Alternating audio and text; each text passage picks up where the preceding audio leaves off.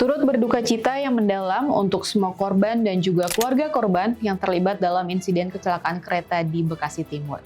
Dan seperti yang disampaikan sama Menko Bidang Infrastruktur dan Pembangunan Kewilayahan yaitu AHY, semoga insiden ini tidak akan pernah terulang dan semoga penyebab pasti dari kecelakaan kereta ini bisa segera diketahui secara jelas dan juga disampaikan ke publik secara transparan.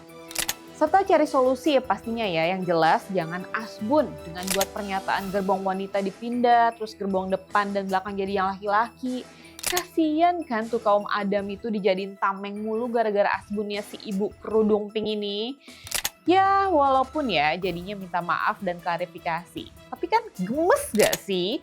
Padahal udah jelas ya pemerintah ini diminta evaluasi total sistem keselamatan perkeretaapian nasional. Saya Dilhantika, inilah Jurnalistik.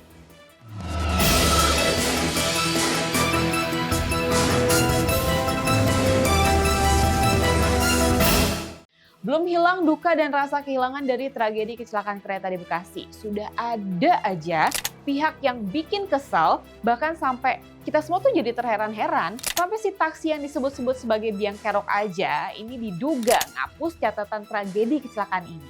Keterlaluan banget gak sih? Dari awal statementnya aja ini udah nunjukin gak ada empatinya sama sekali. Ini coba, mau menghapus pemberitaannya dong, jejak digitalnya mau dihapus.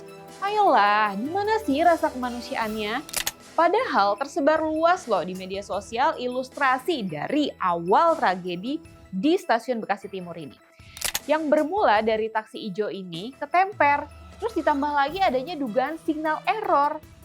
Dan buntut dari kecelakaan KA di Bekasi Timur ini, sopir taksi ijo ini udah diamankan oleh pihak polisi dan akan dimintai keterangan sejelas-jelasnya oleh pihak berwajib.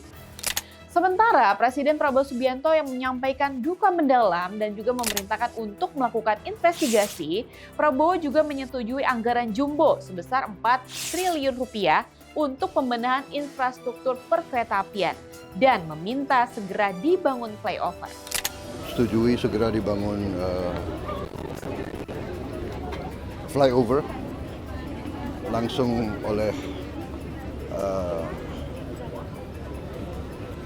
bantuan Presiden. Ya mungkin ini juga bisa jadi solusi jangka panjang ya dan bisa jadi prioritas juga mungkin. Jadi kalau diibaratkan, kalau ada rumah bocor yang dibenerin itu atapnya bukan geser sofanya. Kan jadi emosi banget ya kalau inget yang si Ping-Ping itu. Nih diperjelas nih sama AHY. Yang jelas adalah laki dan perempuan sama saja, tidak boleh menjadi korban dalam insiden apapun. Nah paham kan kawan inilah, ini kalau kata netizen, ngomong yang penting, bukan yang penting ngomong. Asli udah muak banget sih sama pejabat-pejabat yang kalau ada hal-hal gede cuman datang, pencitraan, terus habis itu asbun. Kesel kan kawan inilah? Di titik ini, publik itu tidak butuh banyak janji.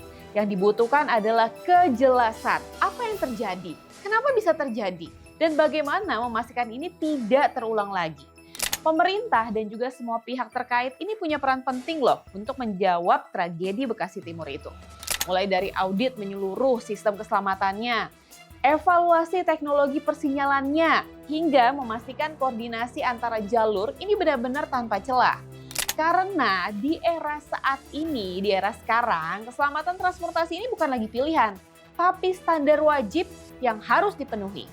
Dan yang gak kalah penting ya kawan inilah komunikasi ke publik yang harus jujur dan terbuka. Bukan untuk menenangkan sesaat atau asal bicara aja. Tapi pastinya untuk membangun kepercayaan publik. Kalau menurut kawan inilah gimana soal ini? Tulis ya tanggapan kalian di kolom komentar. Saya Dilhantika, jangan lupa untuk like, share, komen, dan subscribe channel YouTube inilah.com. Dan sampai jumpa di Jurnalistik selanjutnya. Wassalamualaikum warahmatullahi wabarakatuh.